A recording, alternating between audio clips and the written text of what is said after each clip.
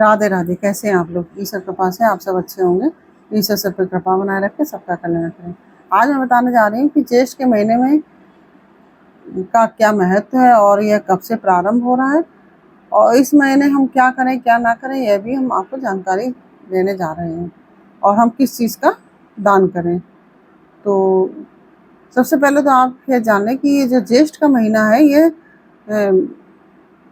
Hindu calendar के अनुसार यह साल का तीसरा महीना है। क्योंकि चैत से नया साल शुरू होता है, हिंदू मतलब जो हिंदू कैलेंडर के अनुसार से। तो चैत, बैसाख, दूसरा महीना हुआ बैसाख का, और तीसरा महीना ज्येष्ठ का महीना हुआ। तो ये तीसरा महीना माना जाता है। तो इस साल यह ज्येष्ठ मास का महीना ये 24 मई से प्रारंभ हो जाएगा,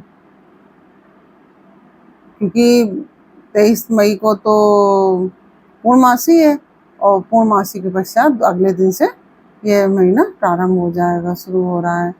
और ज्येष्ठ मास जो है भगवान विष्णु का प्रिय महीना माना जाता है, और इस महीने में किए गए दान, स्नान, पूजा पाठ आदि अत्यंत ही फलदायी मानी जाती है।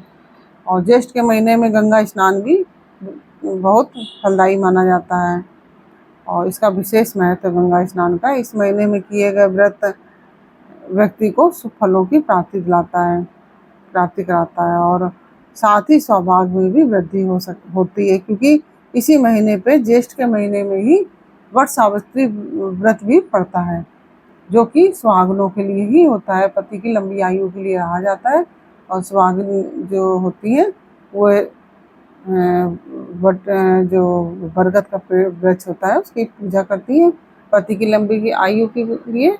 और इसीलिए ये विशेष ही बहुत ही शुभ कारक होता है और शुभ माना जाता है।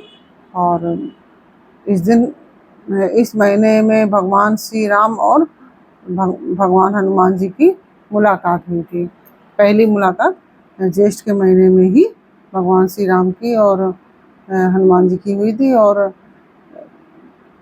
तब से यह जो ज्येष्ठ के महीने में जो मंगलवार होते हैं उनका विशेष महत्व होता है। जैसे कि 4 मंगलवार अगर ज्येष्ठ के महीने में पड़ रहे हैं, आप चारों मंगलवार हनुमान जी को चोला इत्यादि चढ़ाएं तो हनुमान जी बहुत ही प्रसन्न होते हैं। और इसमें भगवान हनुमान जी की जैसे पुस्तक पढ़ते हुए या कीर्तन करते हुए या भगवान श्री राम के गले लगे हुए इस तरह की चित्र की पूजा करें तो बहुत ही शुभ माना जाता है। और ज्येष्ठ का महीना बहुत ही फलदायक होता है, और इसको जो ज्येष्ठ के महीने के जो जितने भी मंगलवार हैं सभी को बुढ़वा मंगल कहा जाता है, क्योंकि ज्येष्ठ का मतलब होता है सबसे बड़ा। तो इस समय जो सूर्य भी होते हैं अपनी यौवन अवस्था में होते हैं, अपनी युवा अवस्था में। तो क्योंकि ज्येष्ठ का महीना है और अपने युवा अवस्था में होते हैं, पूरी ताकत के होते हैं। इस महीने में गर्मी भी बहुत पड़ती है। इसी महीने नौतपा भी होता है। ज्येष्ठ के महीने में ही नौतपा प्रारंभ होते हैं ज़्यादातर, और नौतपा के पश्चात वर्षा ऋतु वगैरह भी जो मानसून है उसके पश्चात आ जाता है। तो ज्येष्ठ का महीना बहुत ही फलदायी होता है। ज्येष्ठ के महीने में गंगा स्नान करना चाहिए। अगर गंगा स्नान नहीं कर सकते हैं तो गंगा जी की, क्योंकि इसमें गंगा दशहरा का भी पर्व पड़ता है। ज्येष्ठ के महीने में गंगा दशहरा का भी पर्व पड़ता है। इसमें गंगा जी की पूजा भी की जाती है। गंगा जल मिलाकर स्नान करें तो भी फलदायी होता है। और ज्येष्ठ के महीने में भगवान विष्णु और लक्ष्मी जी और भगवान शिव की पूजा करना बहुत ही शुभ माना जाता है। ज्येष्ठ के महीने में दान पुण्य करना बहुत ही फलदायक होता है। जैसे कि अन्न दान है, वस्त्र दान है, और छत्र दान है, वस्त्र जैसे कि जल दान है, यह सब अवश्य करना चाहिए। क्योंकि गर्मी बहुत पड़ती है तो जल का भी दान अवश्य करना चाहिए। इस महीने में मंत्र जाप करने से मन शांत होता है और व्यक्ति को सुख फलों की प्राप्ति भी होती है। ज्येष्ठ का महीना जरूरतमंदों को जैसे दान अवश्य करना चाहिए ज्येष्ठ के महीने में, और इससे व्यक्ति को जीवन में हमेशा शुभ परिणाम मिलते हैं। और ज्येष्ठ का महीना विशेष रूप से जल दान का महीना, सर्वत दान का महीना कहा जाता है, छत्र दान का महीना, वस्त्र दान का महीना कहा जाता है। इसलिए जल का दान अवश्य करें। इस महीने में तिल का दान भी करने से व्यक्ति अकाल मृत्यु से बच जाता है। तो इस तरह से ये चीज़ें करना चाहिए जो मैंने आपको बताई। अब क्या नहीं करना है ये भी मैं आपको बताने जा रही हूँ। ज्येष्ठ के महीने में दिन में सोना अशुभ माना जाता है। इससे व्यक्ति का स्वास्थ्य संबंधी परेशानियों का सामना करना पड़ सकता है।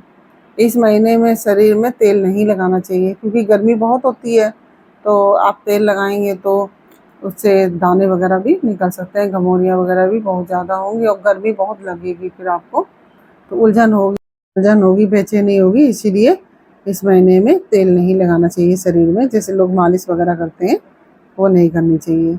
ज्येष्ठ के महीने में जैसे आपका बड़ा पुत्र है या बड़ी पुत्री है उसका विवाह नहीं करना चाहिए क्योंकि ज्येष्ठ का महीने में ज्येष्ठ जो पुत्री या पुत्र होता है उसका विवाह नहीं किया जाता है, शुभ नहीं होता है। तो इसलिए विवाह तो हमेशा शुभ होने के लिए ही किया जाता है। इसलिए ज्येष्ठ के महीने में बड़े पुत्र या पुत्री का विवाह नहीं करना चाहिए। और ज्येष्ठ के महीने में मांस मदिरा आदि का भी मतलब सेवन नहीं करना चाहिए। यह बहुत ही नुकसानदायक होता है। तो यह सब जानकारी मैंने आपको दी। ये जानकारी आपको कैसी लगी यह मुझे कमेंट बॉक्स में अवश्य बताइए। अच्छी लगी हो तो वीडियो को लाइक शेयर अवश्य कीजिए और कमेंट में राधे राधे अवश्य लिखिए। फिर मिलते हैं आपसे अगले वीडियो में एक नई जानकारी, एक नई कहानी के साथ। तब तक के लिए राधे राधे।